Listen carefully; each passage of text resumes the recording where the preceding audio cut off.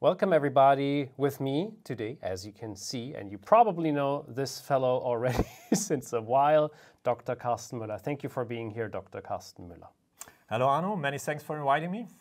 So, my first question is, I consider you definitely a master coach because of how many Endgame magics have you had? At least? About 240. Oh my. Okay. Now, let me ask you, can you name 1, 2, or 3 people who you, like some of the strongest who you were coaching already in your life? I was the second of Alexei Shirov in the Munich Grandmaster Tournament 93, which Alexei won in the end. And I had Arne Giri worked, I worked 5 days with Arne Giri in Hamburg, but I've also already worked with many others, Jan Gustafsson, Rasmus Svane, Jonas Lampert, Marta Michner, but many seminars. It's impossible to name them all. I was not prepared for the questions, so it was... The list goes on. No, I just wanted to get a quick, tiny insight, so thank you for that. But now, let's get... Louis Engel, of course, for many years. Frederick Svane, Jakob Heiken, many more. It's not possible for me to give a complete list. But I've never worked with a world champion. A few hours with Wesley So here at the before the Endgame magic with him. Mm-hmm. But not with the world champion. Yeah, but Magnus Carlsen in his youth worked with my book together with Frank Lamprecht, Fundamental Chess Endings, but not with me. Well, that's fair enough. Your book is already worth something, and also your Fritz trainers, of course. But let me ask you the key questions which I want to ask all the coaches, or which I asked all the coaches already. So, what are your methods, your personal methods to coach your students? Yeah, we analyze together their games, or they make an analysis and show it to me, and then we look at their weaknesses, and then I design something against them or prepare material. Mm-hmm. Opening databases only from time to time. Usually, in the old days, I gave my young students my databases, but it was long ago, and nowadays they are simply not good enough and too old, and I don't work on openings anymore. So, but usually when they come to me, they are already 2,200 on the way into International Master or Grandmaster. They have already solved the problem, and they didn't ask me to help them with their openings. But of course, from time to time, we look at the games, and then this looks suspicious, and then we shortly look at the database, or I ask them to. Mm-hmm. I give them some hints or ideas. Then player type questions. Nowadays, I also like to discuss activists, a reflector, theorist, or pragmatic, and then what player type they are. Does it make sense for them to get universal or to put more money on their strengths or whatever? I like to discuss the model at least once with the students to open new perspectives for them. Then against players which are weaker than me, it makes sense to play certain positions, like from Jakob Aagaard's positional play. I make games with 6 exercises against the students, and they have to win 4-2 against me with 20 minutes plus increment for the whole 6 exercises. If you're saying 4-2, what does that mean exactly, please? Yeah, we just play, and then I resign or don't resign, and for the 6 exercises they must win 4-2 to win the competition. Now I get it. And in the games they will win a prize, or they will... Jonas Lampert always wanted to win blitz games against me, so... Yeah, usually when the students come to me, I win these competitions, but after 2 or 3 years they start to win. And this is a good sign for me, of course, that progress is in the right direction. That's and nice. Then I see what they... I see how they approach these competition situations. Interesting. Then, of course, we look at books together. Aagaard books from the Grandmaster preparation, Reis Dvoretsky books. If I write a new book, from time to time, I look at the book or at the preparation of the book with students when it makes certain kind of sense to. Okay. Or at my Endgame magic material with Louis Engel or Rasmus Svane, I looked at many times at such preparation for Endgame material, but also with other. It's also good for me because I have then the human perspective more than when only preparing it with a computer. Very good point, and of course, tactical exercises I give to the students, or woodpecker method I like a lot. When they have tactical weaknesses, I advise them to do the exercise or to do a book or set of exercises, and after 4 weeks, the same set again, the same. Okay. And then when they have really get it in your head. Yeah, and when they can get it quickly, like Axel Smith and Hans Tikhanen, give it in their book Woodpecker Method. Okay. And on seminars, I like exercise competitions. But of course, last not least, of course, I make endgame training. This is why most come to me. And there I like Dvoretsky's endgame manual a lot. I've worked parts of it with Gukesh or with Vincent Keimer. I forgot, of course, to name Vincent Keimer. I was several times in Saulheim with them. And it was very nice, the family. And they cooked for me, and I made endgame training with Vincent Keimer. It was absolute field days for me. But it's already, of course, a few years ago. But even then, in the blitz games, this was not such a good idea for me.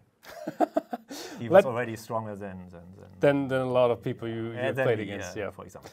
Let me get to the next question, Karsten. So, please give us the greatest chess advice you can give. Yeah, well, this has no answer, of course, but chess is a concrete game, and so you have to be able to calculate lines, and if it's not, then you should train that. And this is the main thing. One thing, it would be use the woodpecker method, do calculation training. You can also look at pawn endings or certain end games and do that, and this certainly is by far the most important. If you can't do it, then you won't become international master or international grandmaster, and this can be trained. This is also and the younger you start, the better. I still profit from my training with Gisbert Jacobi when he always gave us tactical exercises and we solved them on the bus ride home against each other in a competition. I still, and for several years, and I still profit from that nowadays. And this is certainly most important. When you were mentioning, normally you do not have the weaker, let's say weaker students, like students till 1600s. You normally have students which are starting off 2000 or even higher. Yeah. So can you give some advice for the, I would say, better club players or the ones who want to become a title player? What is your advice for them? Yeah, as the players below 1600, I would advise to take to search for another trainer. It just doesn't make sense in a way. Yeah, the other, of course, calculation training, woodpecker method.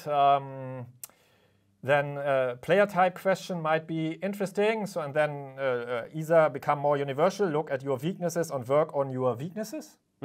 Especially this is important for activists, as they have clear weaknesses, and it often helps a lot to work on them, to be aware of them and to work on them.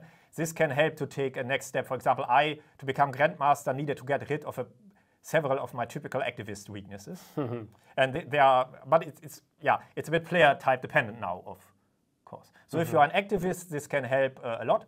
Or you could also put the money on your strengths. Makes most often sense for theorists and others. Then it makes sense to start in the openings and to make good databases, leading the game most often into your strengths.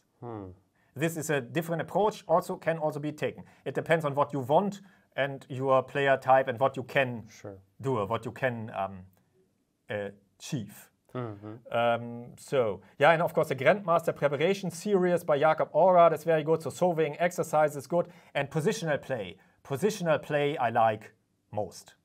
This helps a lot. So this kind of exercise, and of course play strong tournaments, play against strong opponents, analyze the games with your opponent, with yourself later. And you can also play in the internet, but not bullet. Slightly longer time controls, save the games, look at them, and improve your opening databases, solve exercise, and play against strong opponents, play IM tournaments.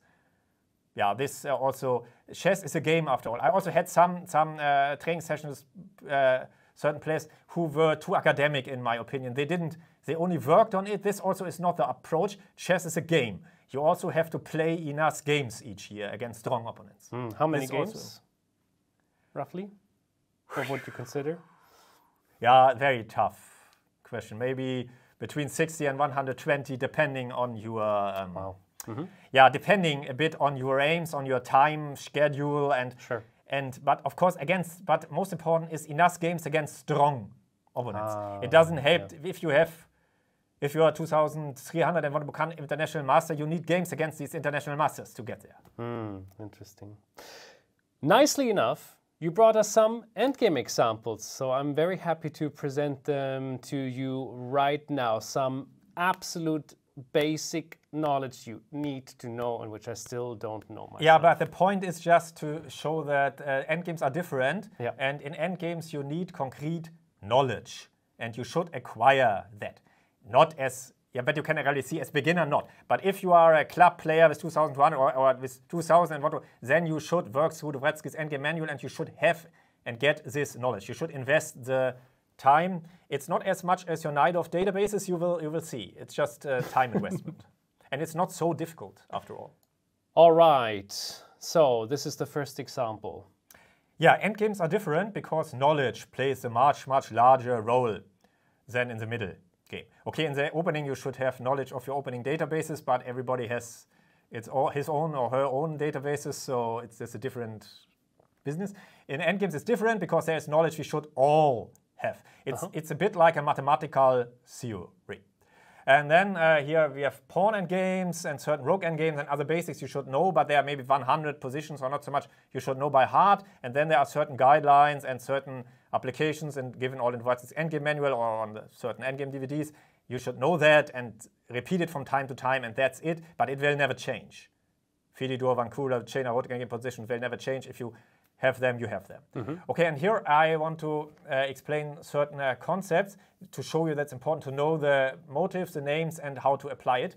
First is opposition. Here king and pawn against king and pawn with blocked pawns. And the key squares for white's king are e6, d6, c6, and c7. If white reaches them, white always wins. If not the pawn f5, it loses directly. But this, it's always, you have to apply with the right spirit.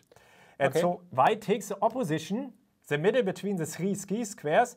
At next, white advances to one of the key squares, then wins the f6 pawn. This is taken on a key square of the f5 pawn. So knowledge builds on each other. To understand it, you need to have king against pawn against king. You need to have everything. And yeah, this is also typical for endgames. This is, of course, you need the building blocks from the beginning. Okay.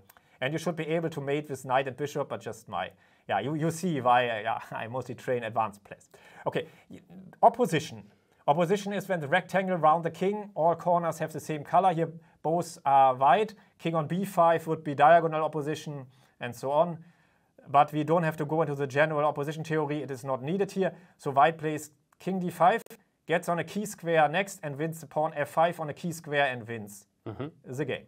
So this is opposition. You should know it. And you should also know what opposition is. It's not so difficult. Okay, then we can go on to the next example. This is not really about opposition. It's the end of the study by Grigoriev. It has also to do with opposition. White to move must be able to answer king takes b6 by opposition king b4 and draw. Yeah, that to know is the key, I guess. Yeah, that you should know, of course. You can't invent the wheel over the board. Again, in endgames, you need knowledge. This is one of the big differences to the middle game. Yeah, in 9 out of 10 times, I would have moved my king to g5, of course, which is wrong. Yeah, there are 141 moves to get from h4 to g4 in the right time, but there's only one draw, and after king g5, king c2, you will run into the body check, or you will play king c7, I will play king e5, and you will lose. So you have to avoid this and the body check, and the only way, and a body check is different from opposition. A body check is when one king takes away one important square, already one important sport from ice hockey. Dvoretzky calls it shouldering, by the way. But I like body check more because it works in German and English. It's from ice hockey, but okay. And so body check is when one king takes already away one important square from the other king. The body check can have the form on opposition or not, doesn't matter. And here's only one way to avoid all body checks, and it's not king g5, it's king g3. Yes. The king must take the road to e1 to b4. It's the only road to avoid all body checks, and it's the only way to draw. And it's also, this has mathematical beauty in a way. Yeah? Chess and mathematics is a typical topic, and it's most often always seen, most often seen also in endgames like here. Yeah, and here, this is one of my most favorite studies. And okay, the first question, of course, then is, okay, you have different approaches. You can calculate everything, but if you calculate everything with white to move, this eats up a lot of time, and you must be a good calculator, and you must have enough time on the clock. It can be done, but you must be a very, well-structured calculator. But it's one approach, of course. You can take it. It would be the pragmatic approach or the approach of the alpha-beta engines. Okay. Or you could ask yourself, it's an endgame. Is it about opposition or about a body check or about other known endgame motives? What do you think? I think it is the body check because, well, I made it wrong already the first time. No, so yeah, but you're very right. It's not about opposition because it's not blocked pawns and it's not a key square thing, and so it's intuitively not about opposition, and it isn't. And as we are here, of course, and it's about body check. And white can give 3 body checks: king d5, king d4, or king d3. And otherwise, maybe you would first calculate king f4 to a draw, then king e5 to a draw. So this you would maybe do first. And then you would look at the body checks, and then you have 3 body checks. And which is the right body check? It is king to d4. Because king d5, king b4, and I'm in time is a counterplay, and you don't give a body. King d4 would be a body check, but king d3 is, and you are not going anywhere. And king d3, king c5, I can already defend passively. So it must be king d4, king b4, and f4. And this body check now does win. We needed, the direct racing lines didn't work. We needed one tempo, and we need then one way to win it. And it was a body check, king d4. And this shows why endgames are different from all other phases and why knowledge helps. You should know concrete positions, you should know terms, and you should then know certain guidelines, but then you should also know when they apply, and you should also get an intuitive feeling for their exceptions. And when you have worked through the Dvoretzky's endgame manual and some practical endgames and this, then you have mastered it. But if you haven't, you should do it, because it can also help you in other phases of the game. For example, it helps training your calculation, and some of these guidelines are also important in other phases, and it gives you a better feeling for coordination of a few pieces and what single pieces can do and what they can't do and how to dominate them. It can be seen more clearly in the endgame when there's only one piece. You can dominate it easier than in the middle game, but it nevertheless plays also a role there. So it can also, the endgame training can also help you in the other phases of the game. But I didn't, of course, answer this on the question of the most important training method, because I see that that is this one training method, but probably not the most important, but the most beautiful maybe.